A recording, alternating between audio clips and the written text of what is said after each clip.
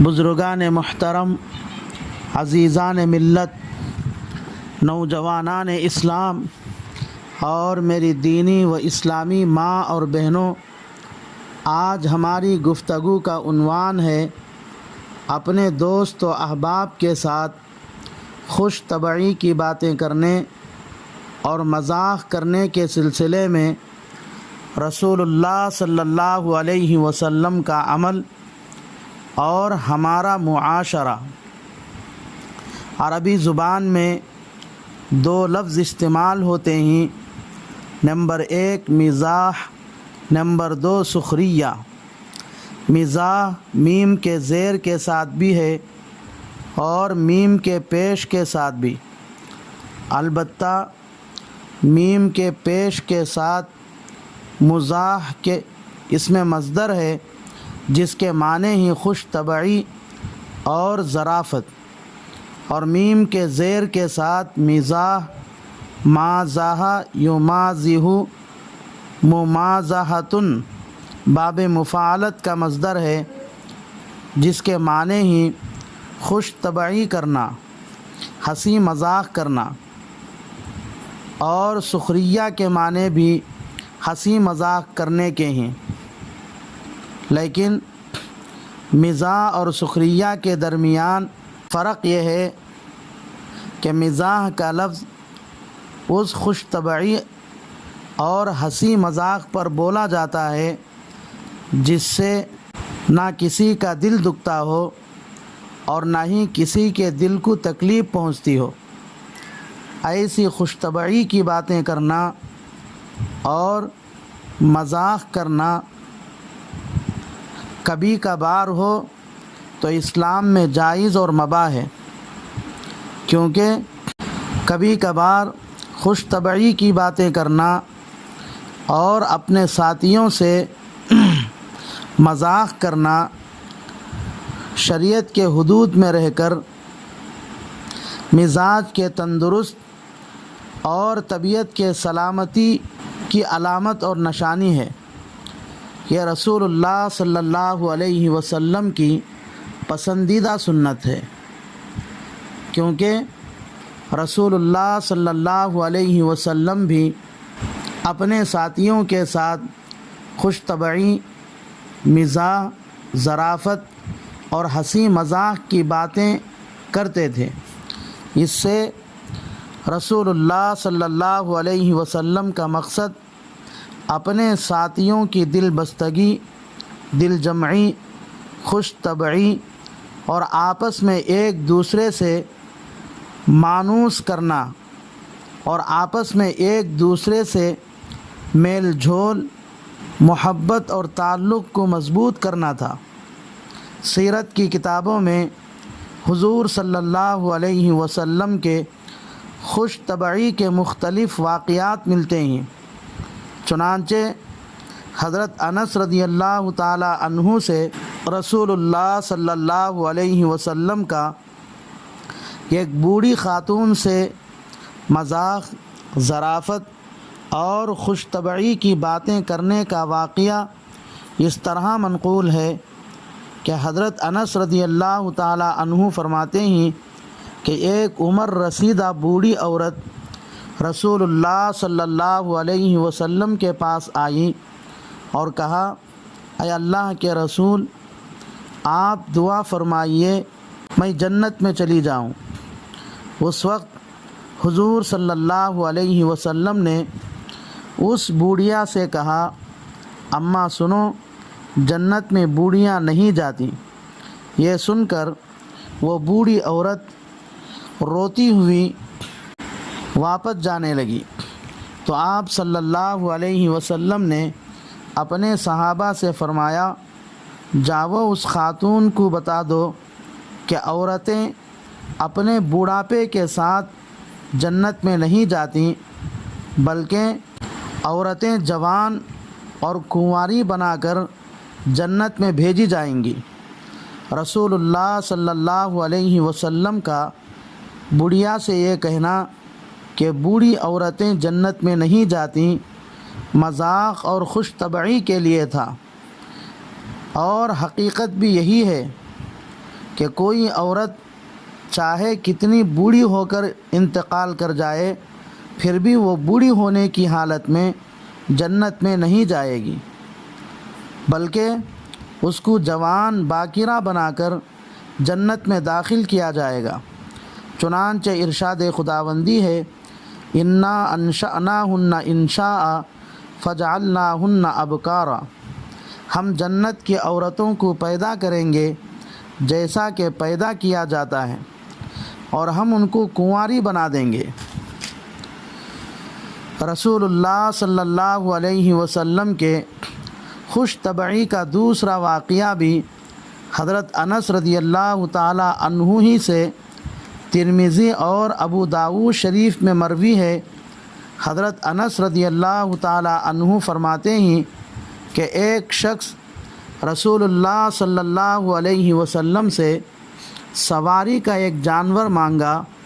تو رسول اللہ صلی اللہ علیہ وسلم نے فرمایا، میں تم کو سواری کے لیے اونٹنی کا بچہ دوں گا۔ وہ آدمی جب رسول اللہ صلی اللہ علیہ وسلم سے اونٹنی کا بچہ سنا تو حیرت کے ساتھ کہنے لگا، اے اللہ کے رسول، میں تو آپ سے سواری کے لیے جانور مانگتا ہوں، اگر آپ اونٹنی کا بچہ دو گے تو میں اس کو کیا کروں گا؟ آپ صلی اللہ علیہ وسلم نے فرمایا، سواری کے لیے جو اونٹ تم نے مانگا ہے وہ بھی تو اونٹنی ہی کا بچہ ہے۔ اس حدیث میں رسول اللہ صلی اللہ علیہ وسلم نے سواری کے قابل اونٹ کو اونٹنی کا بچہ کہنا مزاح اور خوش طبعی کے لیے ہے۔ چنانچہ حدیث کے الفاظ بھی سماعت فرمائے، وَعَنْ أَنَسٍ رضی اللہ عنہ ان رجلا استعمل رسول اللہ صلی اللہ علیہ وسلم فقال انی حاملک علی ولد ناقتنا فقال ما اصنع بولد الناقہ فقال رسول اللہ صلی اللہ علیہ وسلم هل تلد الابل الا النوق۔ رسول اللہ صلی اللہ علیہ وسلم کے خوش طبعی کا تیسرا واقعہ بھی حضرت انس رضی اللہ تعالی عنہ ہی سے مروی ہے۔ حضرت انس رضی اللہ تعالی عنہ فرماتے ہیں کہ قریہ دیہات کا رہنے والا ایک آدمی جس کا نام ظاہر بن حرام ہے، جب وہ رسول اللہ صلی اللہ علیہ وسلم کے پاس آتے تو آپ کے لیے قریہ دیہات میں ملنے والی چیزیں، بھاجی، ترکاری، پھل پھول اور لکڑیاں وغیرہ لا کر آپ کی خدمت میں بطور ہدیہ پیش کرتے تھے، اور یہ رسول اللہ صلی اللہ علیہ وسلم سے ملاقات کر کے جب اپنے گاؤں کو واپس جانے لگتے تو رسول اللہ صلی اللہ علیہ وسلم بھی ان کے لیے شہر کی کچھ چیزیں جو قریہ دیہات میں نہیں ملتی بازار سے منگوا کر ان کو ہدیہ کرتے۔ اور ظاہر بن حرام کوئی خاص صورت شکل کے آدمی بھی نہیں تھے، لیکن رسول اللہ صلی اللہ علیہ وسلم ان سے بے حد محبت کرتے تھے اور کہا کرتے تھے، ظاہر ہم کو گاؤں دیہات کی چیزیں لا کر دیتے ہیں، اس لیے گویا کہ وہ ہمارے گماشتے ہیں، اور چونکہ ہم بھی ان کو شہر کی چیزیں دیتے ہیں اس لیے ہم بھی ان کے گماشتے ہیں۔ ایک دن رسول اللہ صلی اللہ علیہ وسلم بازار تشریف لے گئے تو دیکھتے کیا ہیں کہ ظاہر رضی اللہ تعالی عنہ بازار میں اپنا سودا سلب بیچ رہے ہیں۔ آپ صلی اللہ علیہ وسلم پیچھے کی طرف سے آ کر ان کی اس طرح کولی بھر لی کہ ظاہر رسول اللہ صلی اللہ علیہ وسلم کو دیکھ نہ سکے، یعنی رسول اللہ صلی اللہ علیہ وسلم ظاہر کے بے خبری میں ان کے پیچھے آ کر بیٹھ گئے اور اپنے ہاتھ ظاہر کے بغلوں کے نیچے سے نکال کر ان کے آنکھ چھپا لیے تاکہ ظاہر آپ کو پہچان نہ سکے، اور ظاہر کہنے لگے مجھے چھوڑ دو، یہ کون ہے؟ آخر حضرت ظاہر نے کوشش کر کے کن آنکھیوں سے آپ کو دیکھ کر پہچان لیا، اور جب حضرت ظاہر آپ صلی اللہ علیہ وسلم کو پہچان لیے تو اب اپنی پیٹھ کو نبی علیہ السلام کے مبارک سینے سے لگانے کی پوری کوشش کی تاکہ آپ کی برکت حاصل کر لے۔ ادھر رسول اللہ صلی اللہ علیہ وسلم بازار میں یہ آواز لگانا شروع کیا، من یشتری العبد، اس بازار میں کون ہے جو اس غلام کو خریدے؟ حضرت ظاہر کہنے لگے یا رسول اللہ اذ واللہ تجدنی کاسدن، اے اللہ کے رسول خدا کی قسم تم مجھے کھوٹا یعنی بالکل سستا اور بیکار مال پاؤ گے۔ رسول اللہ صلی اللہ علیہ وسلم نے فرمایا لیکن عند اللہ لست بکاسد، اے ظاہر اگرچہ کہ تم دنیا والوں کی نگاہ میں بے حیثیت ہو لیکن اللہ کے نزدیک تم بے حیثیت نہیں ہو۔ آپ صلی اللہ علیہ وسلم کا حضرت ظاہر کی کولی بھرنا، پیچھے سے آنکھ بند کرنا اور ظاہر کو بازار میں بیچنے کی بولی لگانا، یہ سب حضرت ظاہر کے ساتھ ہنسی مذاق اور خوش طبعی کے لیے تھا۔ ان تمام واقعات سے معلوم ہوتا ہے کہ خوش طبعی کی باتیں کرنا، ہنسی مذاق کرنا، جس سے نہ کسی کا دل دکھتا ہو اور نہ کسی کو تکلیف پہنچتی ہو، اسلام میں جائز ہے، کر سکتے ہیں، بلکہ کبھی کبھار اپنے دوست و احباب کے ساتھ ایسا کرنا چاہیے۔ یہاں ایک طالب علمانہ سوال ہے، وہ یہ ہے اب تک کی گفتگو سے یہ معلوم ہوتا ہے کہ کبھی کبھار خوش طبعی کی باتیں کرنا اور مذاق کرنا چاہیے، ہمیشہ یا اکثر اوقات نہیں کرنا چاہیے، حالانکہ یہ رسول اللہ صلی اللہ علیہ وسلم کے عمل کے خلاف ہے، کیونکہ رسول اللہ صلی اللہ علیہ وسلم تو اکثر خوش طبعی کی باتیں کرتے تھے۔ چنانچہ حضرت عبداللہ ابن حارث کا بیان ہے، وہ فرماتے ہیں کہ ما رأیت احدا اکثر مزاحا من رسول اللہ صلی اللہ علیہ وسلم۔ اس حدیث سے معلوم ہوتا ہے کہ رسول اللہ صلی اللہ علیہ وسلم سب سے زیادہ اکثر مزاح کرنے والے تھے۔ جب رسول اللہ صلی اللہ علیہ وسلم خود اکثر خوش طبع تھے تو پھر ہم کو کبھی کبھار مزاح کرنے کا حکم کیوں دیا جا رہا ہے؟ بار بار یا اکثر مزاح کرنے سے کیوں منع کیا جا رہا ہے؟ اس کا جواب یہ ہے کہ ہمیشہ مزاح کرنا رسول اللہ صلی اللہ علیہ وسلم کی خصوصیات میں سے ہے، اس لیے رسول اللہ صلی اللہ علیہ وسلم کر سکتے ہیں، کیونکہ آپ چاہے جتنا زیادہ مزاح کر لے لیکن آپ کے اندر اپنے آپ پر قابو پانے کی قدرت اور صلاحیت ہے، اس لیے آپ شرعی حد سے آگے نہیں بڑھتے، اس لیے آپ کے لیے جائز ہے۔ چونکہ یہ قدرت اور صلاحیت ہمارے اندر نہیں ہے،